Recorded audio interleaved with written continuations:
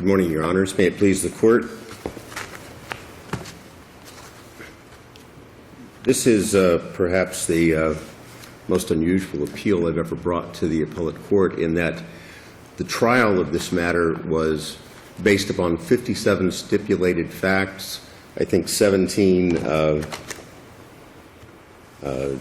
19 exhibits, joint exhibits, no live testimony, so it essentially was purely a legal argument.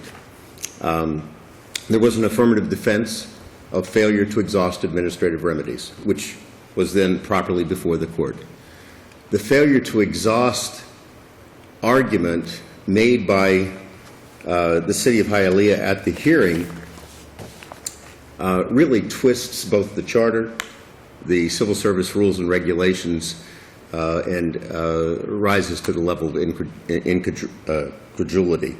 Doesn't the entire whole lawsuit rest on his status? I mean, he was either a classified civil service employee or he wasn't. Absolutely. If he had that classification, then he's entitled to certain rights. And if he didn't, he wasn't entitled. He's not entitled.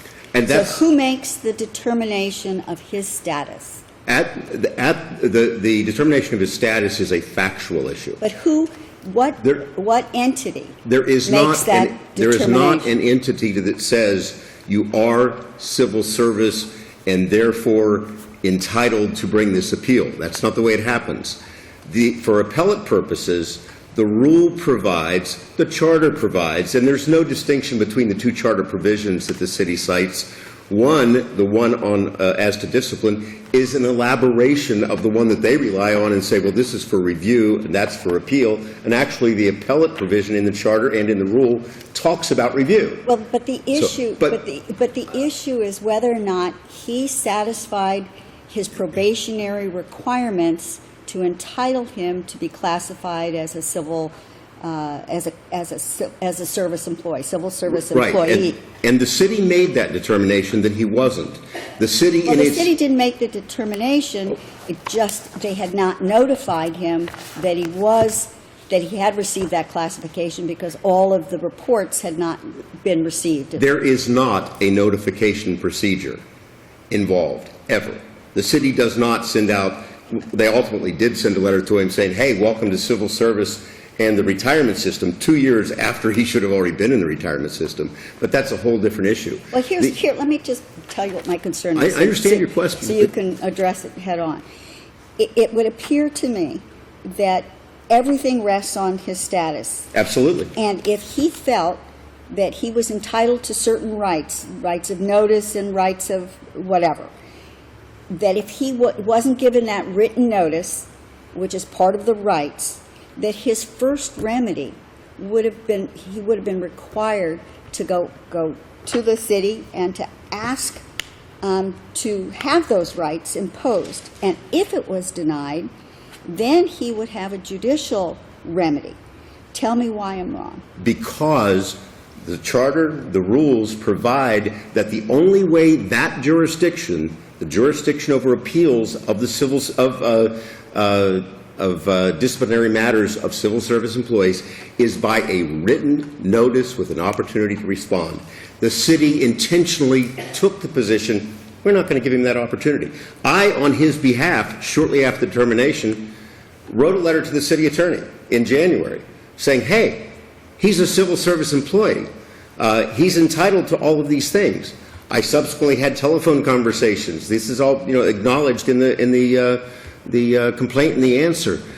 Had telephone conversations, and in April, the city attorney eventually came back and said, well, we're not going to reinstate him. Counsel, let me ask you a couple of factual questions. Certainly.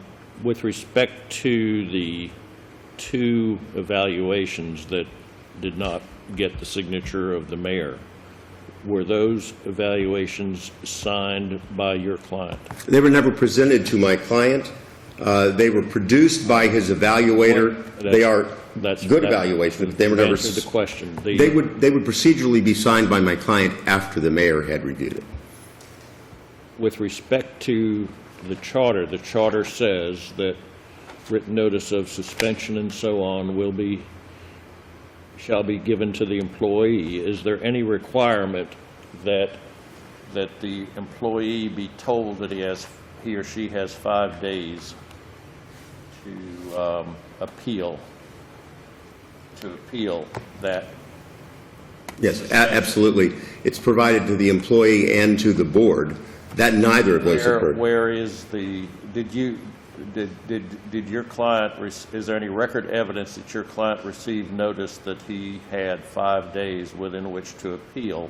No, there is not. The only record notice is a letter from the mayor saying your services are no longer required. So that your client was not told, despite the fact that he may have known by virtue of service and on the commission, your client was not told that in the letter, the termination letter, that he could appeal within 5 days. Correct. He was neither given the basis nor the appeal rights. Is there any obligation in the charter or bylaw, charter or Rules. city code that he be given notice? Absolutely, both in the charter and in the code. Rule 10. Where in the charter is that? In the charter, it is in, He's required to receive notice if he's been classified as a Correct. civil service employee, but Correct. he's not required to receive notice if he isn't classified. he's neither required to get notice, nor is he entitled to the appeal. So if and the city chose not to give him the notice, the city in its answer said he wasn't a certified employee. Let's assume that he was a classified employee, okay? Where in the charter does it say that in the written notice of 407B, et cetera, they're entitled to get that the city must also provide notice of the 5 days? 407B 3 and 407B 4A3. All right. If the rule is, by the charter, that before he had a 12-month probationary period, and before he could be classified as a civil service employee, these four reports have to be received and signed off by the mayor and so on, correct? That's not the rule. What's the rule? The rule is that once he is employed as a certified employee, he is probationary, either 9 months if promotional or 12 months if entry. He was 12 months entry. If the charter and the rules say that if he successfully completes the 12-month probationary period, he is certified. Charter doesn't reference the 4 reviews. The 4 reviews are just a matter of practice. So that's based upon human resources Human practices? resources practice. There's no rule that requires No it? rule that requires it. I will reserve the balance of my time unless the court has other Counsel. questions. Thank you.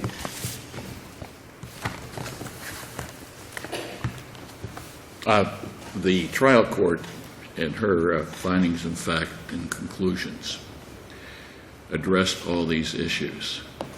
The question as to whether he Counsel, you need to obtained talk louder for me. permanent civil service status is a core issue to be resolved by the Civil Service Appeals Board. Well, let me ask you, Personnel Board. counsel, you represent the city of Hialeah. Yes, I do. Okay, this is not a poker game.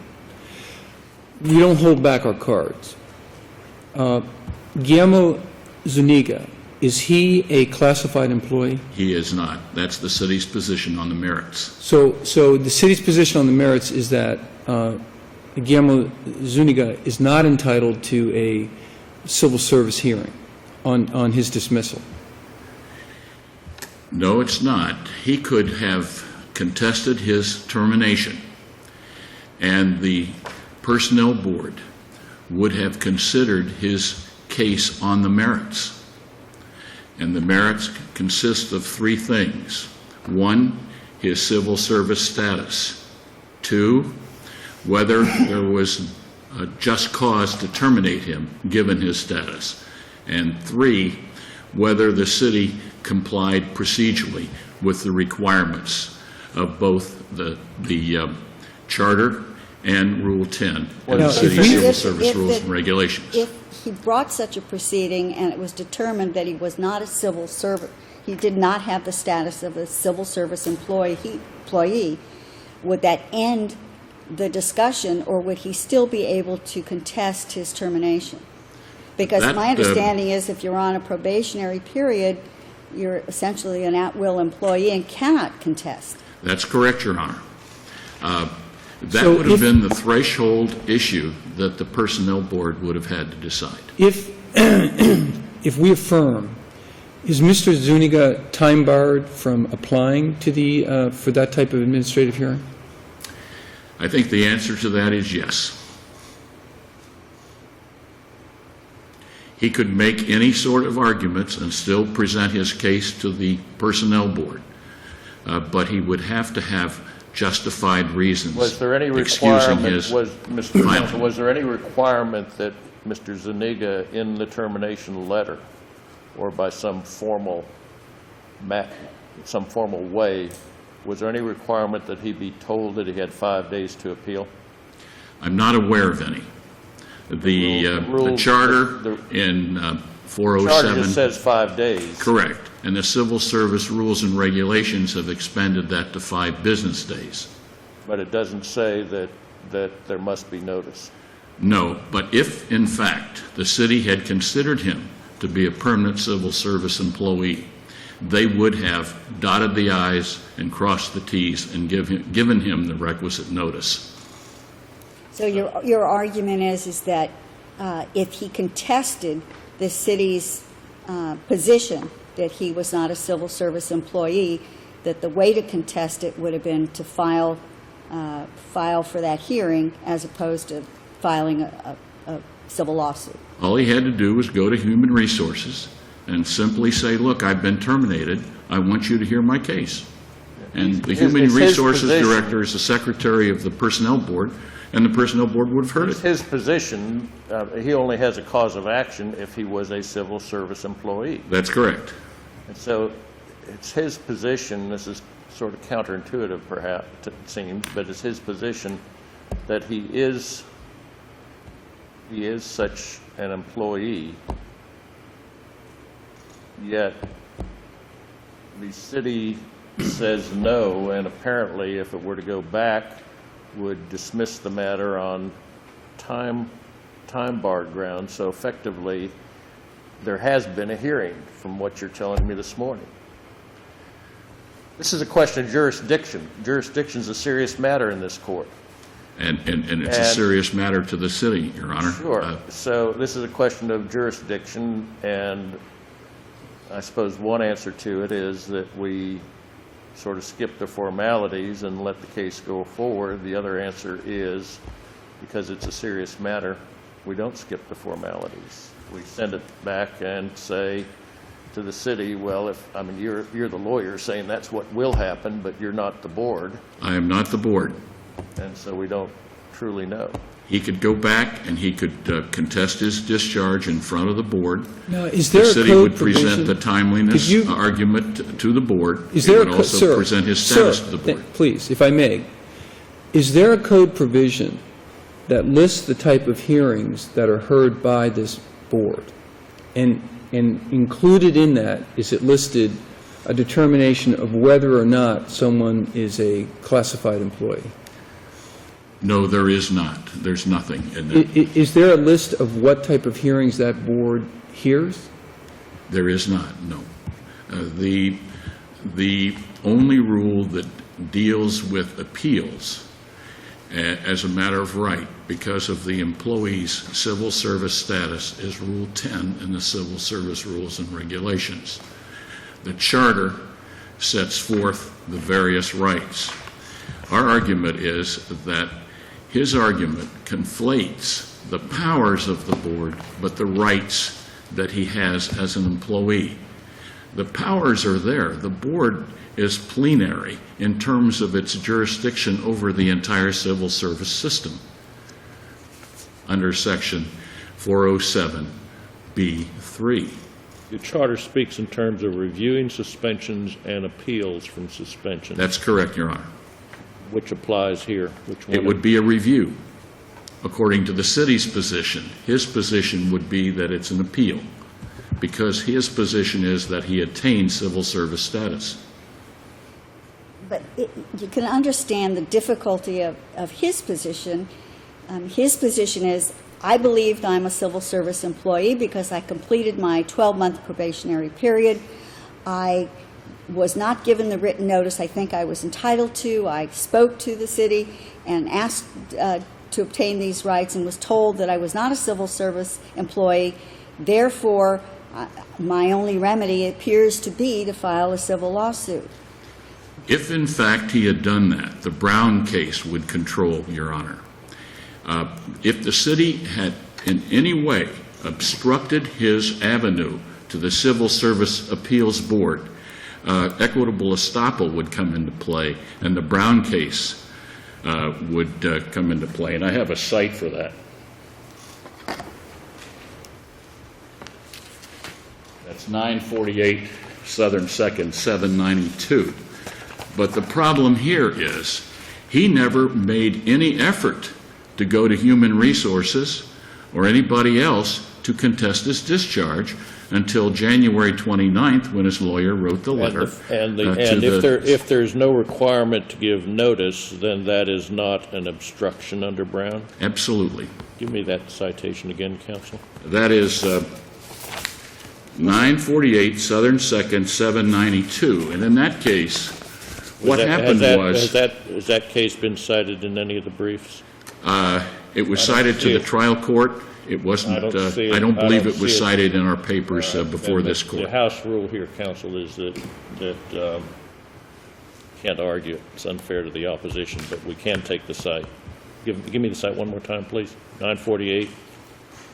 792. 792. All right. Southern 2nd, 792. That's the 3rd District, 2006. All right. With all of the other hearings before this board, does the city have to give notice to the employee? The city always gives notice. The type of notice that it gives depends upon the employee's status. So, I mean, notice that they can have the ruling disputed or reviewed. If the employee is a permanent classified civil service employee, he is provided a detailed list of his options available. So if the city had believed, the city did not believe at termination that this individual was a classified employee. That's the city's position. Yes, Your Honor. And that's what it believed at the time, correct? Correct. Yeah, but if it had so believed, the termination letter would have included the five-day notice. Yes, Your Honor. All right. Thank you, counsel. You have 2 minutes, counsel. Counsel? Yeah. I think questions from each of the jurists have really hit on what the problem we have here. The trial court judge, let me just quickly, I only have 2 minutes, but the trial court judge also understood the issue very much in the same language that you, Judge Shepard, have indicated. You were sort of between... Yeah, between a rock and a hard place. Or in Greek, I think, what is it? Actually, the court... Charybdis, is that what it is? Yeah, actually, the court said it's really a catch-22. I won't read all of the... Some authority for this? Pardon? Oh, go ahead. It's really a catch-22, your position, to Mr. Radford, isn't it? Mr. Radford, how's that? No matter which way the court, no matter which way he goes, he loses under your position.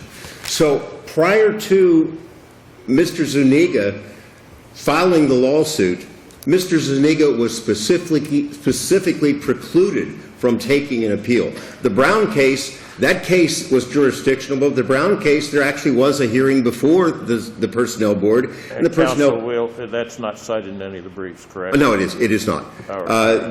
I think the City of Miami versus... Did you raise the notice issue in the trial court? Yes. Certainly did. Lack